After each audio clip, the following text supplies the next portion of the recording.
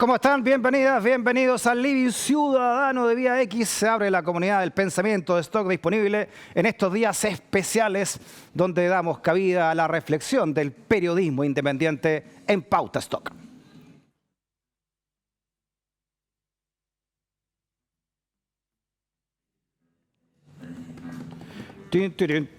Don Darío Quiroga desde 32 minutos, programa también de reflexión en internet. ¿Cómo está, don Freddy? Bienvenido, don Darío. Muchas gracias. A este mesón ciudadano, ¿no? Así. En el día de hoy también está don Jorge Molina desde interferencia.cl. Jorge.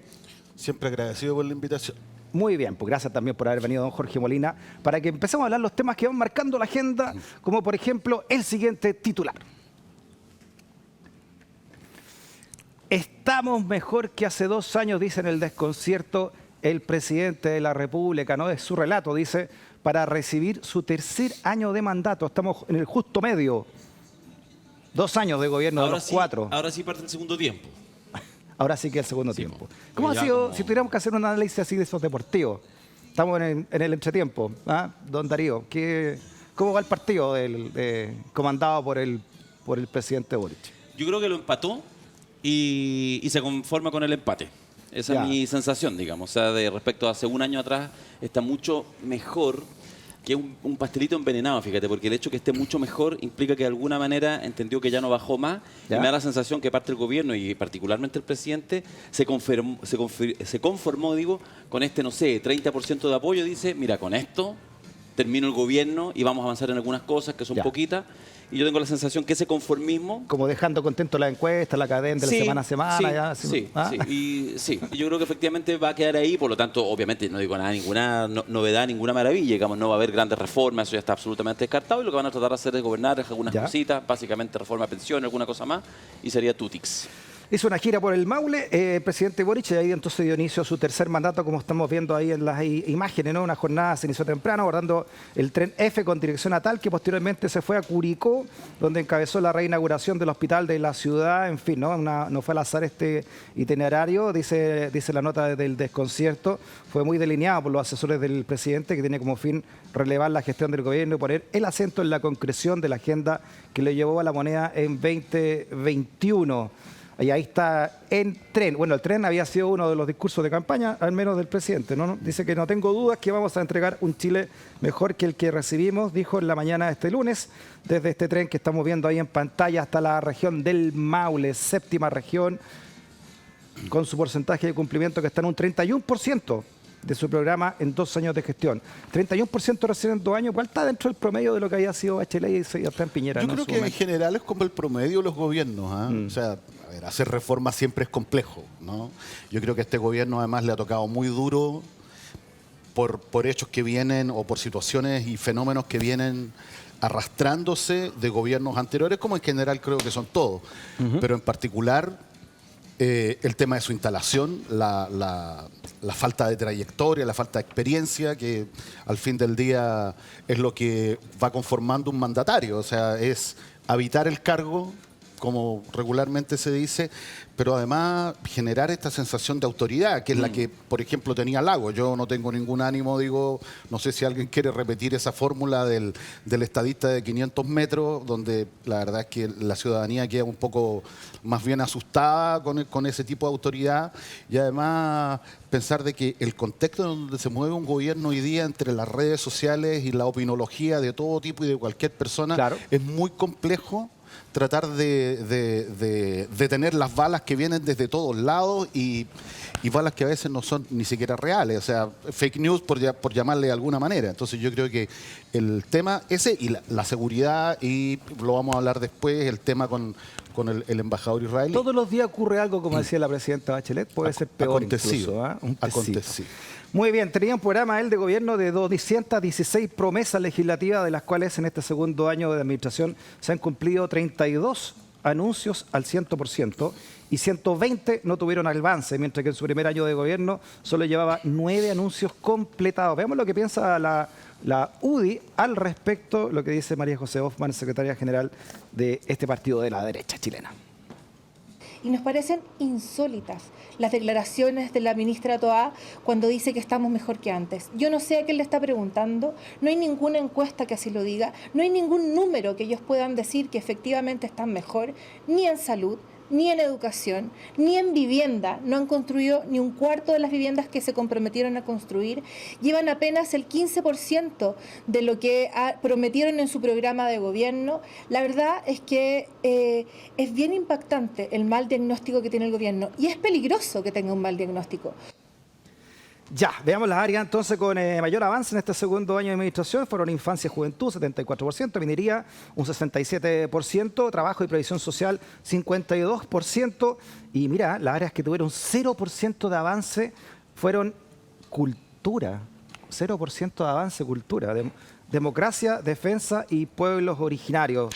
Darío, estaba preocupada la oposición, puntualmente la UDI, ¿no? Con los pocos avances que dicen ellos. Sí, claro. Lo que pasa es que en eso no podemos tomar en serio. Mira, cuesta hacer este tema cuesta hacerlo, ¿ah? Oye, es importante, hagamos el análisis de los 2 años de gobierno, pero en realidad, o sea, vamos a hablar de un programa. ¿Quién leyó el programa? ¿Quién sigue el programa? ¿Quién le interesa el programa? O sea, hay una degradación de la política. Vamos a hablar de, lógico que la oposición haga los cuestionamientos. Oposición que durante 2 años no le da un voto para nada. O sea, ni siquiera para discutir una reforma tributaria y piden más casas. Entonces, cuando tú miras el panorama general, cuando tú miras incluso también para ser crítico y autocrítico, un presidente que está de alguna manera más bien quizás preocupado de ir como construyendo ya una personalidad para evitar el cargo, como decía Jorge, pero que en realidad el propio entorno mira con terror que se van a cumplir los 4 años de gobierno y tal como dijo Matamala de manera muy dura el fin de semana, muy dura, y les debe haber dolido porque lo escuchan, esta idea del Barros Boric, esta idea de quizás un presidente que va a pasar a la historia porque le puso el nombre a un sándwich, como Barros Luco hace 100 años atrás.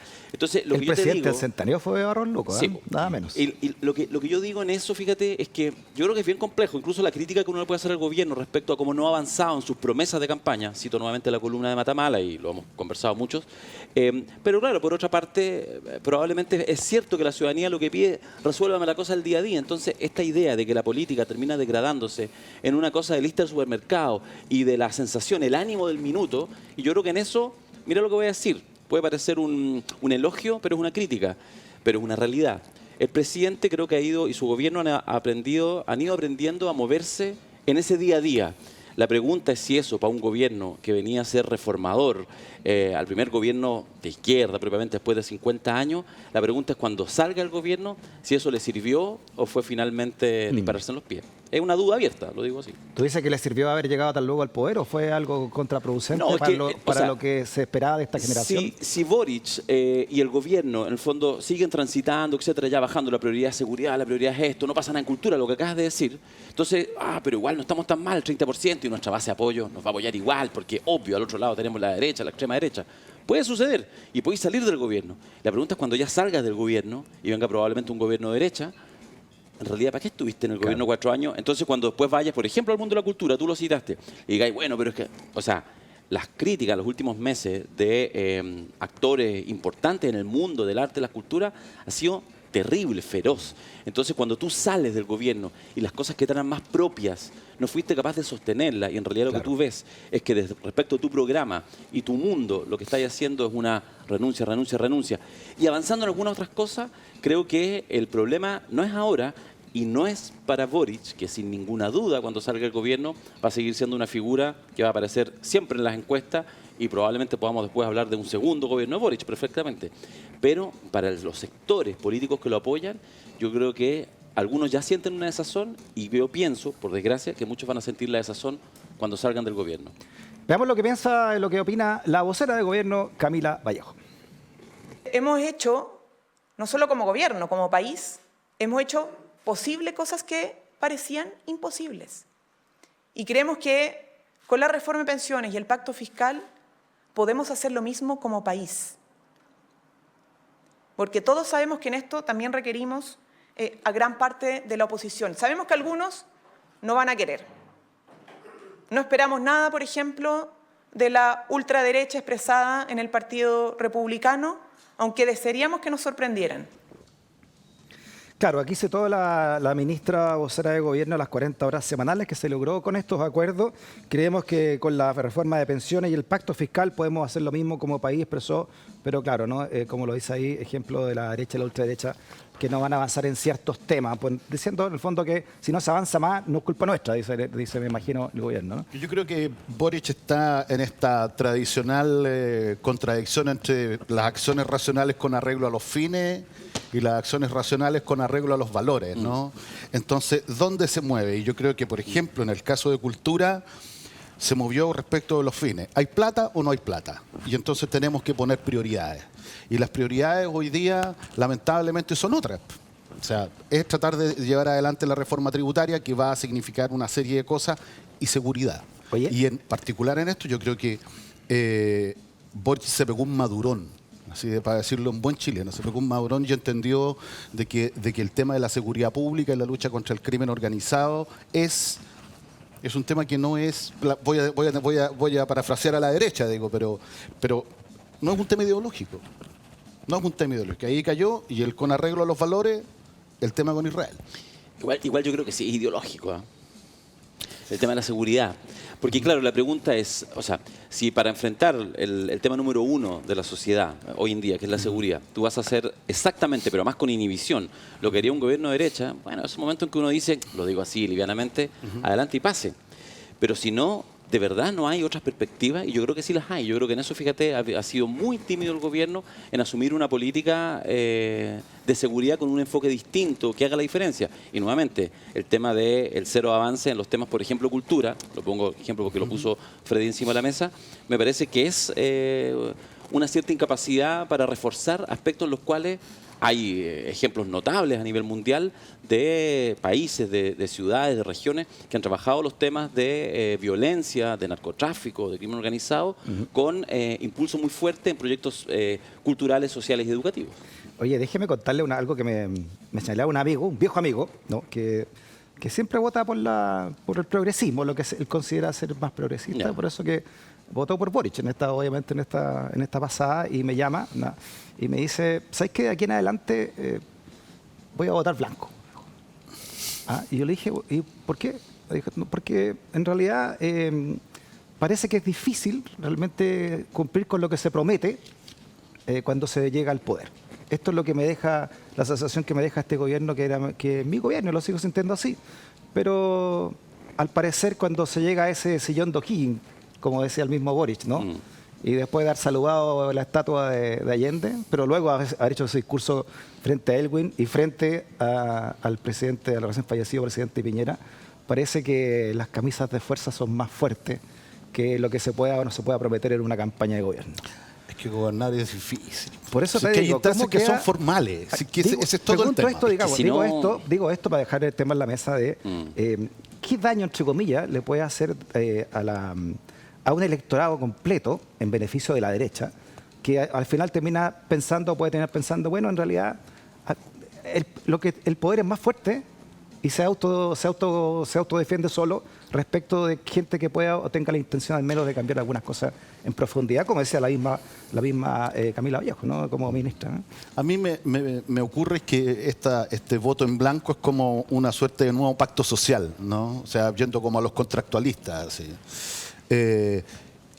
Y no eres el único, ¿eh? A mí también conozco gente que me dicen, o sea, ¿para qué voy a votar si las cosas no se cumplen? Mira lo que pasó con SQM, mira lo que pasó con el TPP-11, mira lo que, bueno, todo lo que ha pasado con estos discursos que se van más allá de lo justo y necesario, ¿no? Como diría el mismo Boric, respecto de personajes de la historia reciente y que afectan puntualmente a las víctimas de la izquierda, ¿no? Y a la gente de izquierda en general, ¿no?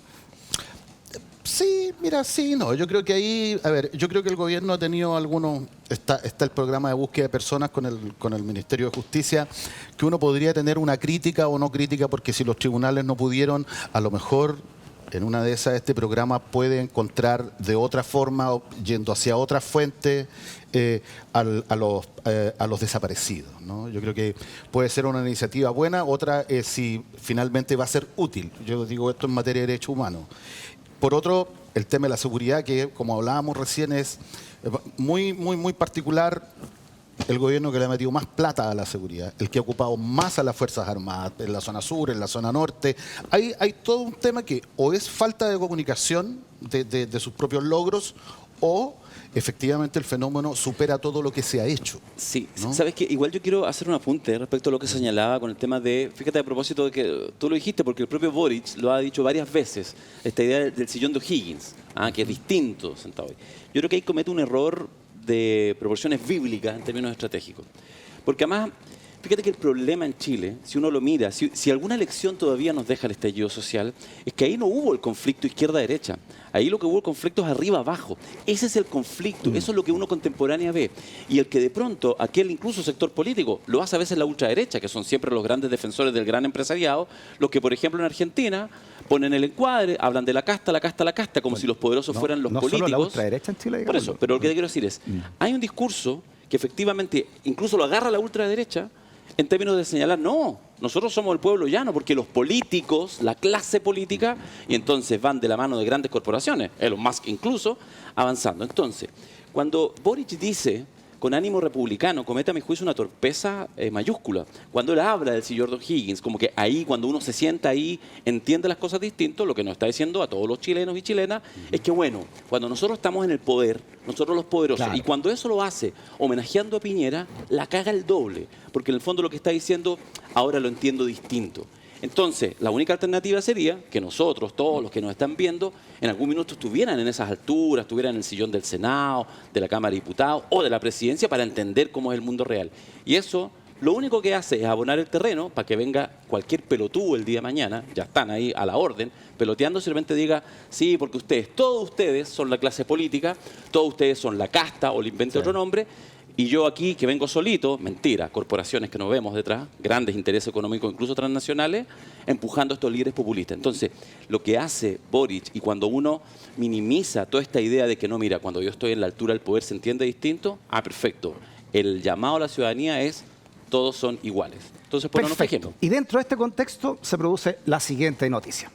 Indica, ¿no?, haber conversado con el canciller sobre esta exclusión de Israel de la FIDA, y en medio de una actividad que contemplaba el desplazamiento en tren, lo que hablábamos recién, a Talca, el mandatario salió a aclarar entonces la decisión determinada por el Ejecutivo, señalando que fue también con el resto del gabinete y no de forma personal, esto de excluir de la FIDAE a 9 empresas israelíes por todo el conflicto, obviamente, que está ocurriendo allá con Palestina. A mí, yo creo que esa es una decisión valórica, como hablábamos recién. Y yo creo que, a ver, los presidentes tienen, o sea, es una parte del gobernar, pero es parte de lo moral, ¿no?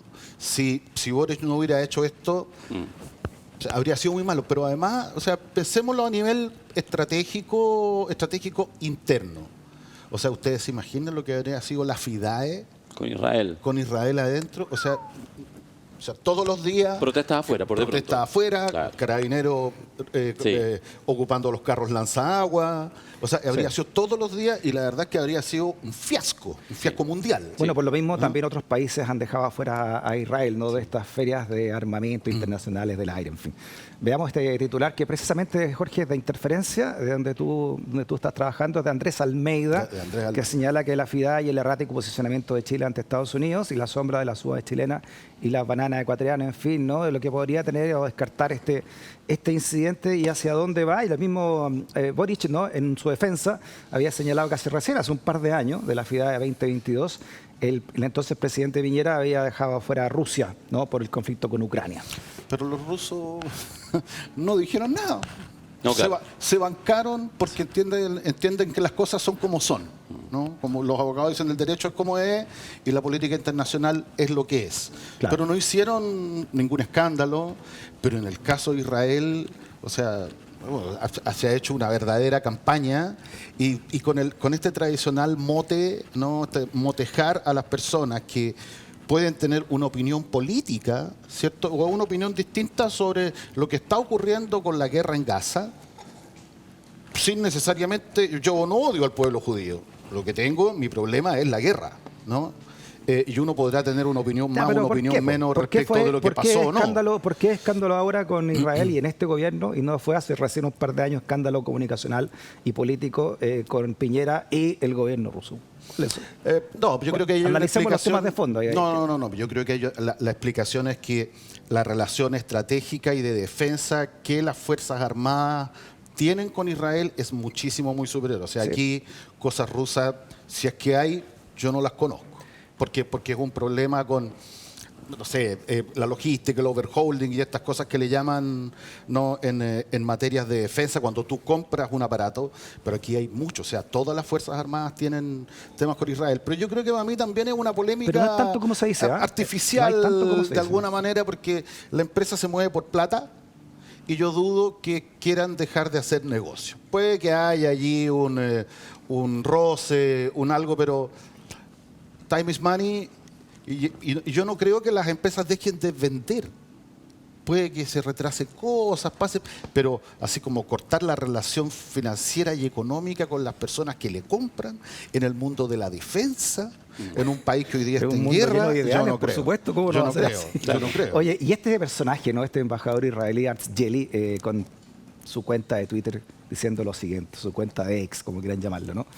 ¿Se acuerdan, no? Cuando está recién uno llegado y señalándole a Jorge Brito, al diputado Jorge Brito, que eres un miserable, ¿no? En su posteo y todo lo que significaba la presencia y polémica presencia de este embajador, ¿ah?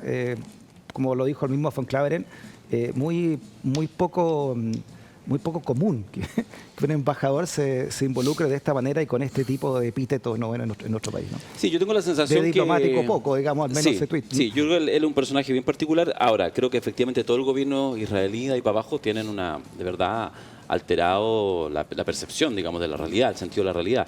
Yo creo, yendo a un tema mucho más grande, que probablemente el daño que se está haciendo la comunidad israelí, sea parte o no sea parte del gobierno, lo apoye o no lo apoye, el mundo judío, es retrotraer esto a antes de la Segunda Guerra Mundial.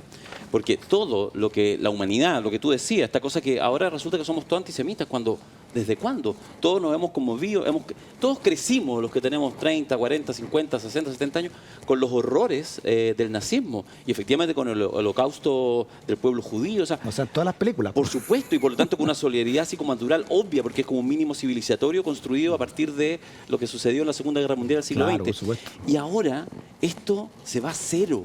O sea, se va a cero, se empieza a olvidar, se empieza a construir. Van a ser en las próximas décadas, no lo podemos decir ahora, pero sin ninguna duda que en los próximos 20, 30 años la percepción de la gente que están haciendo va a ser otra. Oye, ya lo de la Darío, Segunda disculpa. Guerra Mundial va a ser una cosa como la Edad Media. Disculpa, hasta que los grandes líderes mundiales, partiendo por Guterres, ¿no?, lo han homologado al nazismo. Bueno, pero o si sea, es que es- imagínate la derrota histórica Es que- para el pueblo judío después de haber sido Terrible. el holocausto. Es terrible. Lo Y que entonces, efectivamente, sí, en los próximos tiempos, en los próximos años, en las próximas décadas, va a haber además actitudes antisemitas, más allá de la discusión ideológica respecto al término, usted bien dicho, pero lo antijudío, seguro. Y me parece a mí terrible. Entonces, eso es algo que, bueno, en el caso particular, ya volviendo a la política local, el embajador israelí, lo del embajador israelí es vergonzoso. De hecho, hoy día Van Clameren, que es un caballero, así, ¿no?, le Ya. paró el carro, le dijo, disculpa, yo no discuto con embajadores, o sea, ubícate a tu nivel. La verdad que yo creo que está pidiendo a gritos, y capaz que sea parte del diseño, que en algún minuto lo declaren persona non grata, que me parece que si Está- sigue por esta está senda estirando mucho más, es entonces. el próximo paso.